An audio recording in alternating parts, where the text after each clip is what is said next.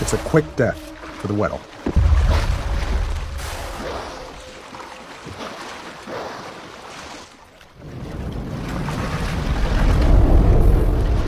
But the hunt is not over.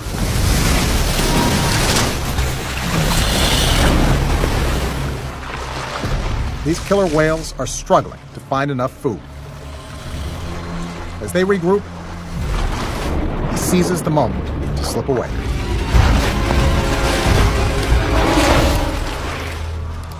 A piece of ice, jammed between two others, protects him from their attack.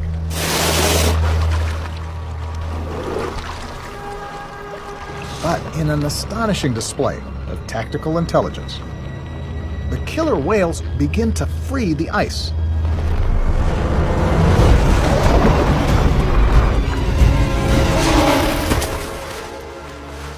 This larger piece should put an end to it. But the hunters aren't finished.